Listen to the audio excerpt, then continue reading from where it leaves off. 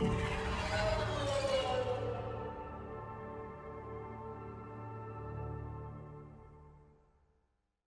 Apex Agents, it's Mobius Y here with another video for Mass Effect Andromeda's multiplayer.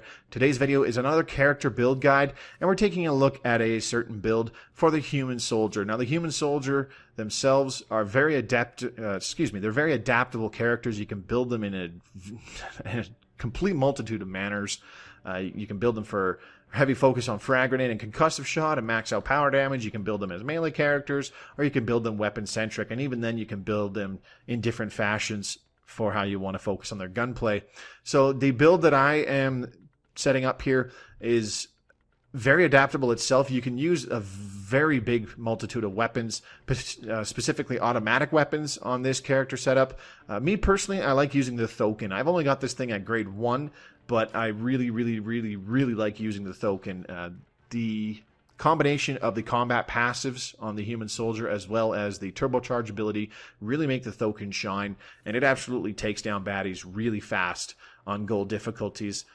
So we're going to take a look at the character setup in this video, and the additional video that I uploaded today alongside this one will show practical gameplay on gold difficulty using this exact setup. So if you wish to see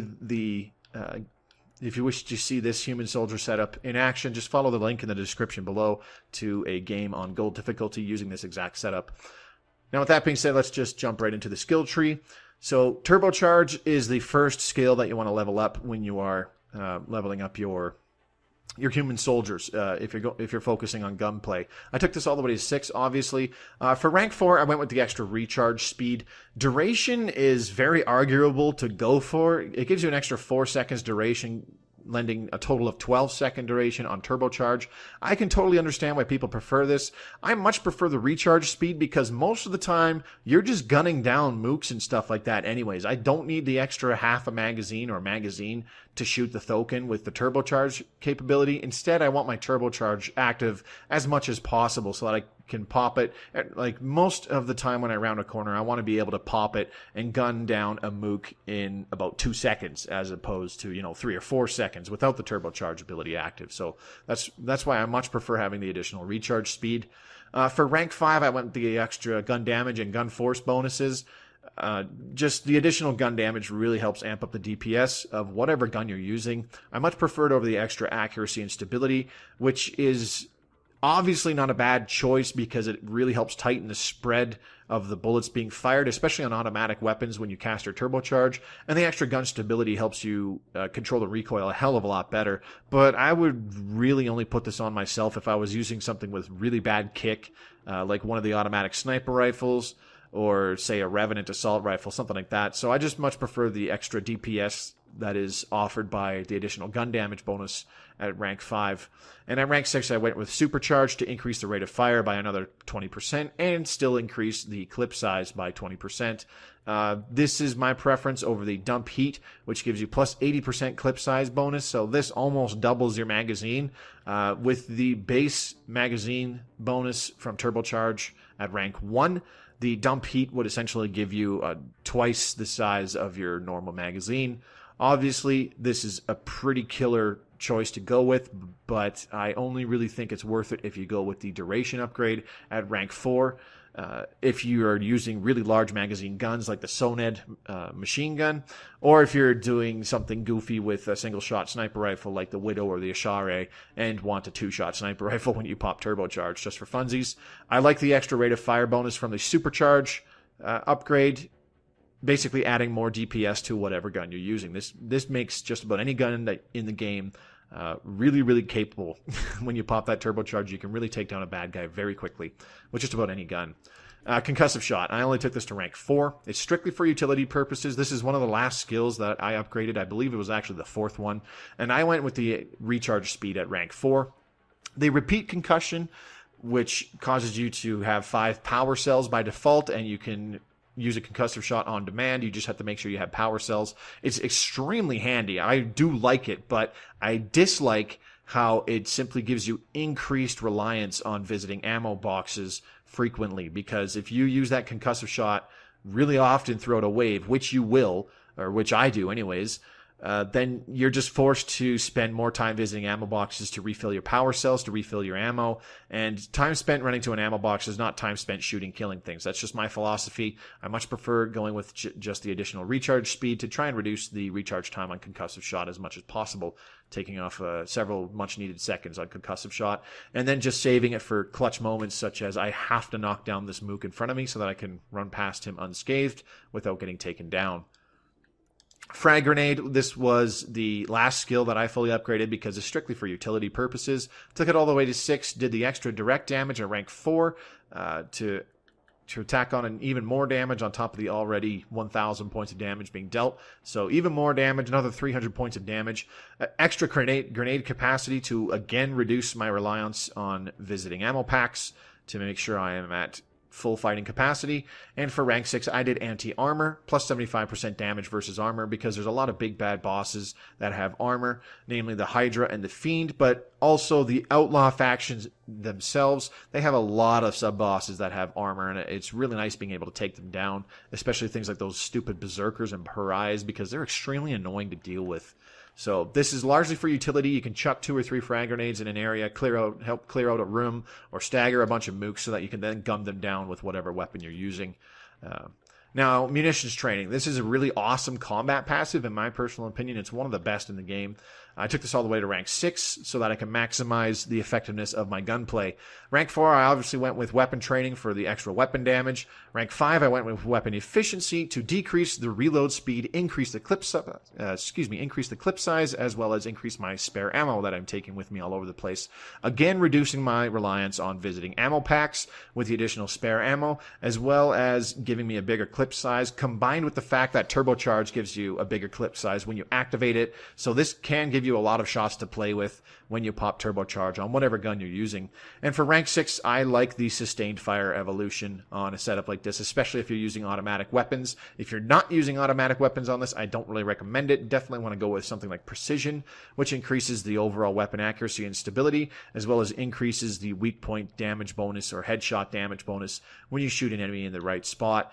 But when you're using an automatic gun, like I said, the Thoken assault rifle or whatever automatic weapon you're using on this exact setup, this defense debuff is awesome. You get 2% defense debuff per bullet, and the maximum defense debuff is 24%. So 12 bullets, and you have debuffed the enemy target as much as possible. And that's not just for you, that is from all sources. So if you apply a debuff by dumping half or all of your magazine of a certain gun, somebody else debuffs the same boss with something like a cryo beam or whatever, any kind of debuffing effect. That's 2 debuffs on the same boss going on at the same time. And with 2 or 3 of you shooting that one boss, you will just shred its HP. You will see it taken down so fast. It's absolutely crazy. So with this setup, it's really nice to shoot a whole magazine of the Thoken, or most of a magazine of the Thoken, then pop a turbocharge after already applying the debuff effect. So then popping a turbocharge to crank up your DPS and insta-fill your magazine. And then you just dump out maximum damage DPS in the next couple magazines. It's absolutely awesome, and it really helps you take down bosses, but obviously it also works really well on mooks and sub bosses. Now, combat fitness, this is your defensive passive. Took this to rank 4, and I just went with the extra max health and max shields to increase the survivability as much as possible. So that's generally it for the skill setup. As I said, you want to level up turbocharge first. Then from there, it's kind of your choice, but I went with leveling up munitions training second so that I could maximize the ability of my gunplay, and then combat fitness third so that I could increase my survivability. From there, it's entirely up to you. I did concussive shot fourth and frag grenade last for leveling up skills. Concussive shot was largely for utility purposes, and frag grenade, I don't really use it too often, so I leveled that up last, but it's also a really nice utility skill to have alongside the gunplay with this setup. Now, as I said, I do like to use the Thoken assault rifle. The mods on the Thoken, I use the assault rifle magazine. Mine's only grade 2 because it's a pain in the ass to get these mods. They really don't want to drop for me in the packs, but it's slowly leveling up. As this levels up, I will simply have a bigger magazine Thoken to use, and obviously I'm getting a 40% additional magazine size increase from popping turbocharge, and an additional, I believe it was 25% magazine size increase from one of the combat passives. So the Thoken originally only has 25 shots in the magazine, but combined with all these magazine size bonuses, it gets a big magazine, especially when you pop a turbocharge. And For utility, I much prefer the AR scope to tighten the spread of the Thokin's plasma projectiles. The stock is definitely an option, but I don't like it as much because the stock helps with the overall stability, making it easier to land your shots more appropriately. But I like the scope because it simply decreases the spread of the rounds, helping me land my shots from 30 to 40 meters away, which is pretty much the maximum range that I am able to effectively engage something, because the Thokin suffers from really bad shot spread after sustained fire. So that can be a problem. That's why I much prefer the AR scope. And it's helpful for a situation, say, for example, when I'm just backpedaling and shooting from the hip without actually aiming at a boss unit that's closing in on me, such as a Hydra or a Fiend. It helps tighten the spread, so I'm able to land my shots much more easily, especially since the Thokin's plasma projectiles track the target. Now, for equipment, you could totally go with a combatives upgrade to squeeze out a little bit more damage from the assault rifles, from whatever weapon you're using, I suppose. You could go with combatives, guerrilla, or even shock trooper upgrade if you're using an N7 Piranha. That's totally an option, but I choose thermal clip storage 99% of the time because, again, I am reducing my reliance on visiting ammo boxes. Time spent visiting ammo boxes is time spent not shooting and killing bad guys.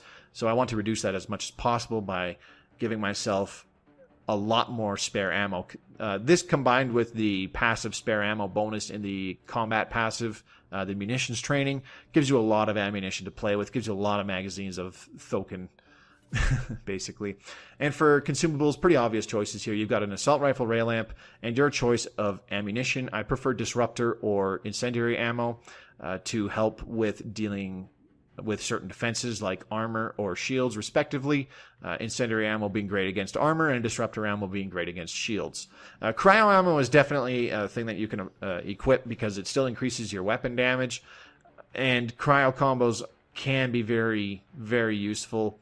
You're also applying a slowing effect to enemies that you are shooting with sustained fire from your Thokin or whatever weapon you choose to equip on this character. So cryo ammo is definitely a viable choice. I just much prefer setting off things like tech bursts or fire combos, especially tech bursts. Disruptor ammo is great. Setting off tech bursts is great because it has a damage over time effect in the area where you set off the combo. Helps take down enemy shields in entire groups. So that's essentially a look at this character setup. The human soldier's a very, very nice character because there's a lot of ways you can set it up for. You can set it up for power damage focused on frag grenade, or even set it up for a melee character, which is really quirky but entirely doable. It's just a very, very versatile character. You can set it up however you choose. And this actual setup is very, very versatile as well. You could, if you were to change one thing, if I was to change one thing on this, it would be change concussive shot to repeat concussion. As I said, I don't like having huge reliance on visiting ammo boxes, so that's why I didn't go with it. The other thing that makes this build versatile is you can use a lot of guns on it. You can use the Thokin, as I have here. You can even use something like an N7 Valkyrie, which I've done. It's pretty dang good, but it's not great. Other things like a Revenant assault rifle or a Soned machine gun. You could even use an Avenger if you were feeling masochistic. For pistols, there's a lot of choices of pistols you can use with this exact setup. The Roserad is absolutely devastating on a setup like this. The Roserad just dumps ammunition and absolutely shreds bad guys. The Equalizer's pretty decent as well. You can even use something like the Talon, giving you a really big magazine whenever you pop turbocharge, also making your shots very powerful and very accurate with the Talon. You can even use the Charger machine pistol or the N7 Hurricane. Very good options there. For sniper rifles, you could use the automatic ones like the Raptor or the Indra. Popping a turbocharge, really making you shoot out a lot of rounds very quickly with either of those guns. And for shotguns, not really very many options for shotguns aside from an N7 Piranha on this exact build. You could probably stick on a Hesh if you are comfortable with the Hesh, but that would be awfully difficult. Using something like an assault rifle where you have some mid-range punch up to about 30 or 40 meters is definitely preferable to having to get into the faces of the enemies. So that'll about cover it for the character build. As I said, if you want to see this in practice, just check the link in the description below for the gameplay video accompanying this one, where I use this exact build in a gold game. And that's it for this video. Hope you all enjoyed it. Give this build a shot. Let me know what you think. Let me know what weapons you like to use on it. In the meantime, this has been Mobius for Mass Effect Andromeda. Hope to see you on the battlefield. Good luck, Apex.